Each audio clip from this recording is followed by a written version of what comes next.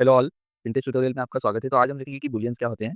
Bullions actually जो हम true and false की कंडीशंस यूज करते हैं और जो हम चेक करते हैं कुछ भी कंडीशन, जैसे ए इक्वल टू बी या फिर कोई मतलब स्टेटमेंट ट्रू है या नहीं है, मतलब सही है या गलत है, उस हिसाब से तो उसे हम जस्ट एक बार देख लेंगे। तो जनरली इसका यूज़ हमारे इफ कंडीशन में होता है या फिर वाइल हम यूज़ कर रहे हैं तो उस वक्त भी हम जनरली यूज़ कर सकते हैं ये बुल स्टेटमेंट्स। तो इस हिसाब से हम जस्ट अब एक डेमो देख लेते हैं कि ये बुल स्टेटमेंट होते कैसे। सो तो एकदम सिंपल स्टेटमेंट दे देता हूँ मैं। Print okay, two is greater then one. ठीक है, ये अगर हम लेते हैं और इसे रन करते हैं, अगर हम तो एफ5 का यूज़ कर सकते हैं हम रन करने के लिए। तो यहाँ पे आप देख सकते हो कि इसने ट्रू रिटर्न किया है।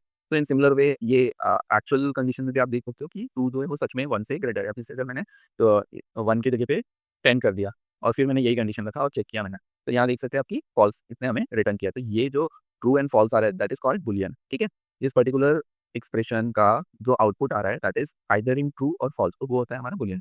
इसे हम इफ के साथ में भी यूज़ कर सकते हैं। मतलब अभी कभी हम कंडीशन लगाते हैं कि किसी पर्टिकुलर इंसान की एज अगर 60 से अबव है तो वो सीनियर सिटीजन है। ठीक है, so age equal to suppose 50 दिया मैंने। If age is greater than 60, okay, so हम क्या प्रिंट करेंगे, सीनियर सिटीजन। ओके, तो ये जो है ये स्टेटमेंट जो हमारा आ रहा है, तो यहाँ बेसिकली ये इफ स्टेटमेंट क्या करता है, चेक करता है ये पर्टिकुलर कंडीशन को इट इज गेटिंग सेटिस्फाइड और नॉट। अगर ये सेटिस्फाई होता है तो ये ट्रू कहा जाता है, अगर नहीं होता है तो ये फॉल्स में आता है। ठीक है, तो राइट नाउ यहाँ पे ये क्या आना चाहिए। तो अगर ये हमें कुछ भी प्रिंट नहीं मतलब ये कंडीशन अगर फॉल्स हो रही है तो हेल्प करके यहाँ पे जस्ट एक प्रिंट लिख लेते हैं एंड यहाँ पे ओनली फॉल्स करके लिख देंगे हम। ठीक है, तो अब हम इसे अगर रन करेंगे तो हमें एक बार तो ये फॉल्स मिला ही है, उसके बाद ये हमारा जो फॉल्स है वो है, तो ये फर्स्ट फॉल्स तो इसका है, इसे हम कमेंट कर देते हैं टाइम बिंग के लिए। ठीक है, ताकि हम यूज़ ना करना पड़े। एंड इसके बाद अगर अभी देखा जाए तो इसने ये 50 है इसलिए इसने ये कंडीशन सेटिस्फाई नहीं की है। ठीक है, इससे हम और एक तरीके से लिख सकते हैं कि ये जो कंडीशन है if it is equal to 2, okay, तो वो सीनियर सिटीज़न आना चाहिए। ठीक है, और यहाँ पे हम अभी टाइम बिंग के लिए 61 डालते हैं। ठीक है, और चेक करते हैं। तो यहाँ आप देख सकते हो कि इसने हमें सीनियर सिटीजन प्रिंट करके दिया है, मतलब उसने ये जो वैल्यू है ये इक्वल टू ट्रू हो गई, इसलिए ये हमें इसने सीनियर सिटीजन रिटर्न कर दिया। तो ये हमने देखा कि इस स्टेटमेंट में हम कैसे कैसे यूज़ कर सकते हैं। उसके अलावा देखा जाए तो बुल के कुछ बुल करके एक इनबिल्ट फंक्शन होता है पाइथन में जिसका हम यूज़ कर सकते हैं इन कंडीशंस को चेक करने के लिए। ठीक है, तो अभी जस्ट हम टाइमिंग के लिए क्या करते हैं, ये हमारा कोड है।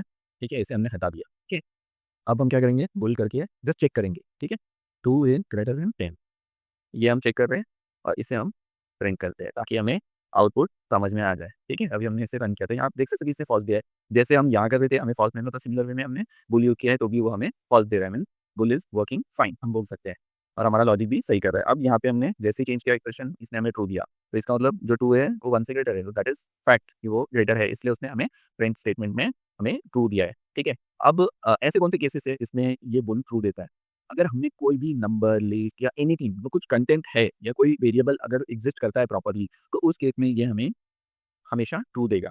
जैसे अभी 5 के लिए भी ये ट्रू दे रहा है। ओके, अब अगर मैं 0 डालता हूँ तो क्या देना चाहिए इसमें। ठीक है, तो 0 डाल के अभी हमने रन किया तो इसने फॉल्स दिया। ठीक है, तो ऐसे कुछ वेरिएबल्स हैं या फिर ऐसे कुछ चीज़ें जैसे कि 0 हो गया, देन अगर फॉल्स होता है, ठीक है, तो फॉल्स इज ऑलरेडी फॉल्स, वो उसको फॉल्स ही देगा।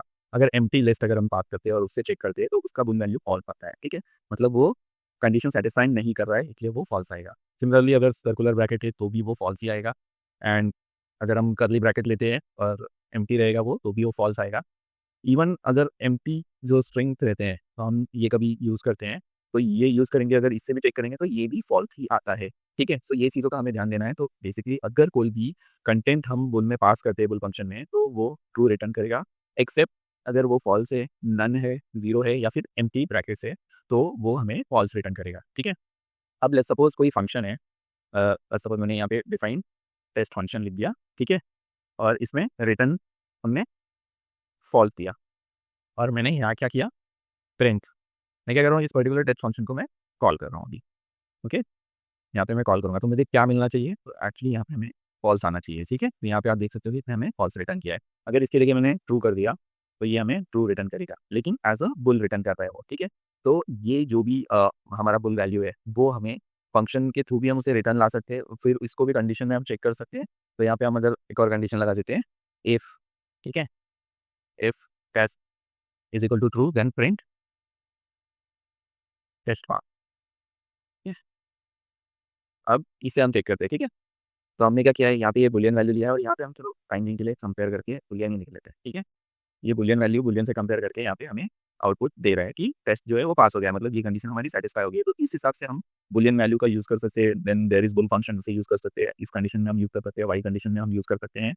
तो आपको अगर इसमें कोई भी क्वेश्चन या कोई भी डाउट हो, आप डेफिनिटली कमेंट सेक्शन में मेंशन कर सकते हैं। मैं उसके ऊपर जल्द से जल्द एक नया वीडियो बनाकर या फिर उसका सॉल्यूशन देने का ट्राई करूँगा। Thank you all.